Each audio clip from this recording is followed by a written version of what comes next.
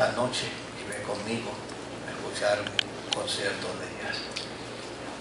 Y en algún momento él detendrá su música para hablarnos de la gracia y hablarnos del amor del Señor.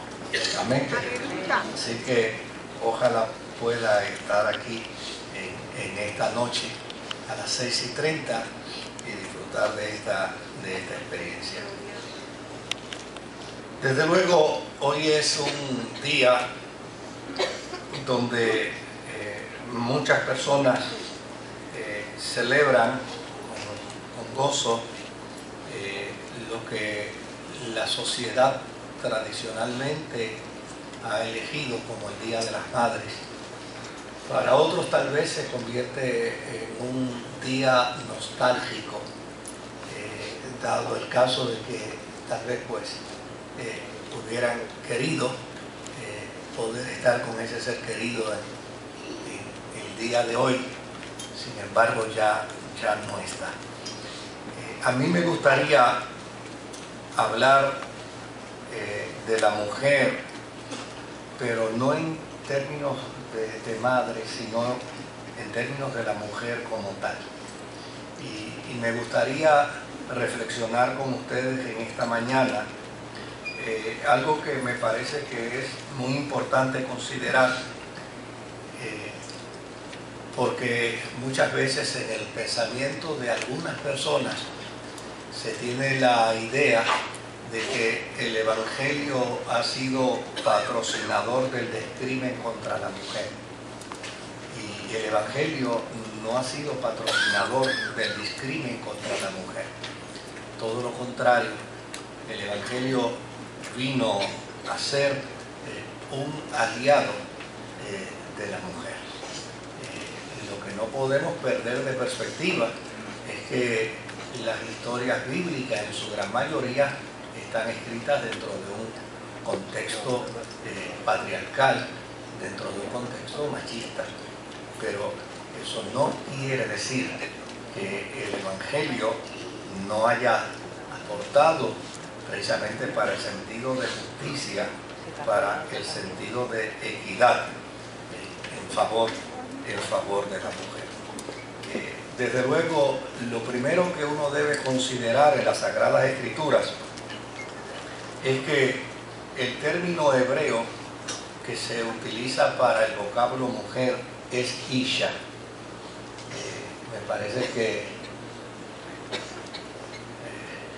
debería ser un nombre lindo. Yo he escuchado a niñas que le llaman Isha y le he preguntado, ¿sabes por qué te pusieron ese nombre? Y me dicen, no. Es importante porque si el nombre tiene un significado, los niños deben, en este caso las niñas, deben conocer el significado de su nombre. Pues te pusieron Isha, porque eso quiere decir que tú eres mujer. Y desde luego, ese planteamiento es bueno compararlo con el vocablo del hombre en hebreo, porque el vocablo del hombre en hebreo es Yelut Isha. La mujer es Isha, el hombre es Yelut Isha. Ahora, fíjese lo interesante, el significado de ambos términos. Cuando dice que la mujer es Isha y el hombre es Yelut Isha, quiere decir que el término hombre en el vocablo hebreo significa que el hombre es nacido de mujer. A la mujer se le identifica como mujer y al hombre se le plantea que es nacido de mujer. Ahora, si uno fuera a mirar esto desde el punto de vista de la paráfrasis bíblica, en términos de lo que dice Génesis capítulo 1 y versículo 27, diría, en el principio creó Dios al nacido de mujer, a su imagen y semejanza semejanza. Tanto a Isha como a Yelud Isha los creó Dios. Si uno fuese a considerar esa paráfrasis como una paráfrasis correcta, que yo entiendo que sí, desde luego esto quisiera decir que la mujer fue hecha con la misma dignidad con la que se hizo al varón. No hay mayor dignidad para el hombre, ni hay mayor dignidad para la mujer. No debe existir la competencia entre los sexos, a no ser como consecuencia del pecado. Pero en una conciencia cristiana, en una conciencia espiritual, el planteamiento bíblico enseña desde el mismo Génesis que la mujer fue hecha con la misma dignidad que al varón.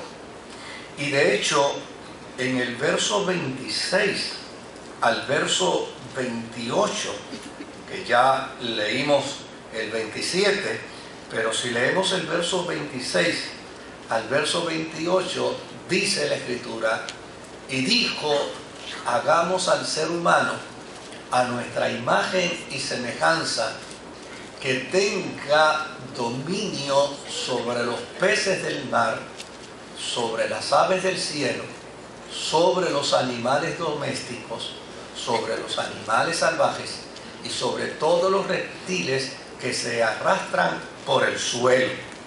Dice, y creó Dios al ser humano, lo creó a imagen de Dios. Hombre y mujer los creó. Y los bendijo con estas palabras: sean fructíferos y multiplíquense, llenen la tierra y sométanla, dominen a los peces del mar, a las aves del cielo, a todos los reptiles que se arrastran por el suelo.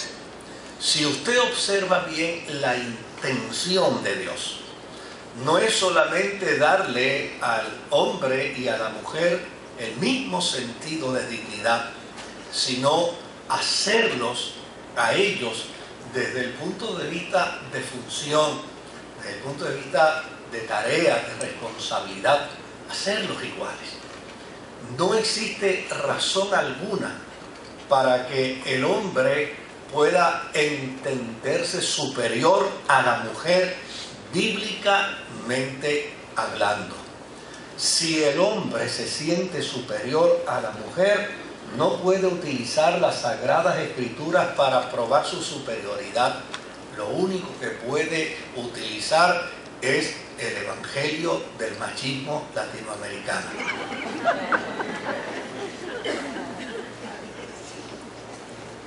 No existe un pasaje bíblico en las Sagradas Escrituras, dentro de su contexto real, dentro de la función práctica, que tenga la intención de deshumanizar, de vejar, de ridiculizar o de poner a la mujer en una posición inferior a la del hombre. Ahora, no podemos tapar el cielo con la mano. En efecto, hay deshumanización contra la mujer. No podemos tapar el cielo con la mano. Hay prejuicios del hombre contra la mujer. Ahora, lo que es importante desde el punto de vista bíblico es conocer cómo es que se origina. ¿Cómo es que acontece ese prejuicio contra la mujer? Pues si miramos las Sagradas Escrituras, la Biblia nos va a decir que lo que trajo como consecuencia el prejuicio contra la mujer fue el pecado. El pecado trajo una enorme distorsión en la historia de la humanidad. Y desde luego, como consecuencia del pecado, es que se plantea entonces esas experiencias dolorosas que pueden diferenciarnos a unos y a otros. Por ejemplo, a la mujer se le dijo: multiplicaré en gran manera los dolores de tu preñez, con dolor parirás tus hijos, y tu deseo será para tu marido, y él se enseñoreará de ti. Esto no fue que Dios lo estableció. Esto no es que Dios lo puso. Ni siquiera es que Dios estableció un castigo para la mujer, como mucha gente a veces quiere interpretar. No. Esto simplemente es una consecuencia, según las Sagradas Escrituras. Una consecuencia que se experimentó como resultado de la caída del hombre y de la mujer en el huerto del Edén. Note bien que con anterioridad al pecado se les dijo que ambos se enseñorearían de todo. ¿Verdad que usted lo leyó? Ambos se iban a enseñorear, es decir, la mujer podía salir a cazar un león como el hombre. Ambos se podían enseñorear de todo. Pero ahora, como consecuencia del pecado, fíjese que la mujer puede seguir enseñoreándose de todo, pero ahora hay una particularidad como consecuencia de ese pecado, y es que ahora el hombre se enseñoreará de la mujer. Esto no quiere decir, y yo lo quiero volver de nuevo a repetir, que este es el deseo de Dios, que este es el anhelo de Dios. Yo he escuchado a mucha gente citar ese texto bíblico como para demostrar que Dios está de acuerdo con ese tipo de conducta. Sin embargo, ese no es el deseo de Dios. El deseo de Dios fue el que estableció al principio. El problema es que el ser humano pecó en el huerto del Edén, y como consecuencia y como resultado de su pecado, entonces vino este tipo de conducta. El hombre procuraría en su condición de pecado, en su conducta pecaminosa, procuraría entonces entrar en contraposición de la mujer. Hoy en día vemos algunos movimientos que obviamente cuando uno los mira es como si la tortilla se quisiera virar al revés, ¿no?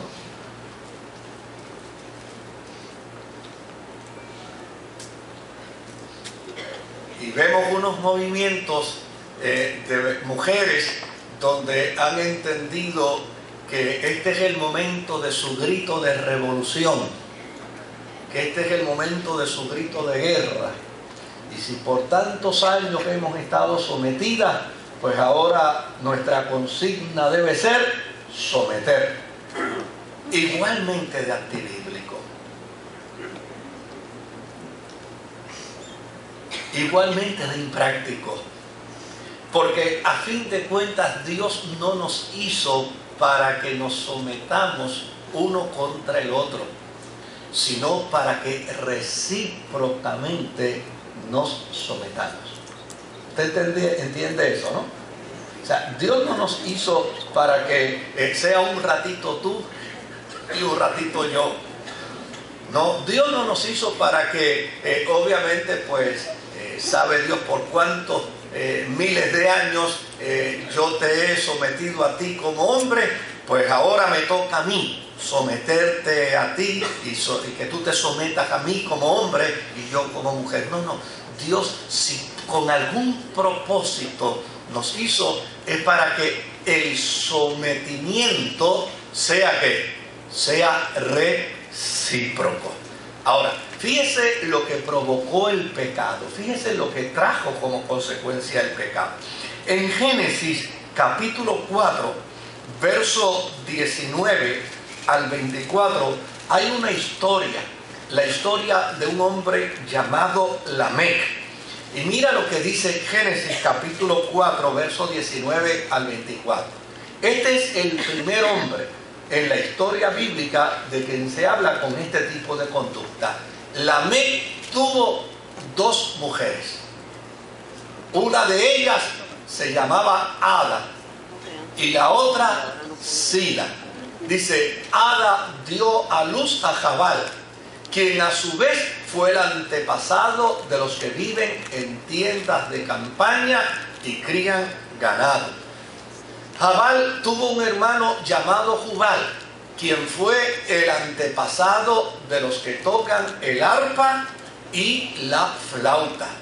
Por su parte, Sila dio a luz a Tubal Caín, que fue herrero y forjador de toda clase de herramientas de bronce y de hierro. Tubal Caín tuvo una hermana que se llamó Noamá. Lamec dijo a sus mujeres, Ada y Sila, escuchen bien, mujeres de Lamec, escuchen mis palabras. Maté a un hombre por haberme herido y a un muchacho por golpearme. Si Caín será vengado 7 veces, 77 veces será vengado Lamec. Miren lo que aquí se plantea. Lo que aquí se plantea es un hombre haciendo amenazas y demostrando que ahora él es ¿qué? Él es la fuerza. Ahora él es el ente dominante. Ahora él es el que intimida y el que amedrenta. Fíjese lo que le está diciendo. Primero, que tiene 2 esposas y ninguna de ellas tiene 2 esposos, ¿verdad? Pero fíjese lo que le está diciendo. Escuchen bien, mis esposas. Escuchen bien. No se les ocurra hacerme nada a mí, porque cualquiera de ustedes que me haga algo a mí, llana y sencillamente alguien vendrá a vengarme.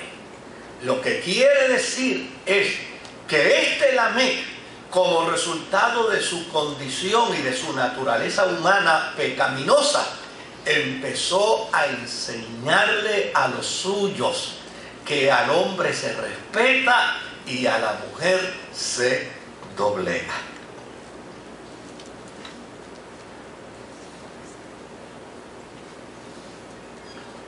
¿Por qué es importante ver esto a la luz de las Sagradas Escrituras?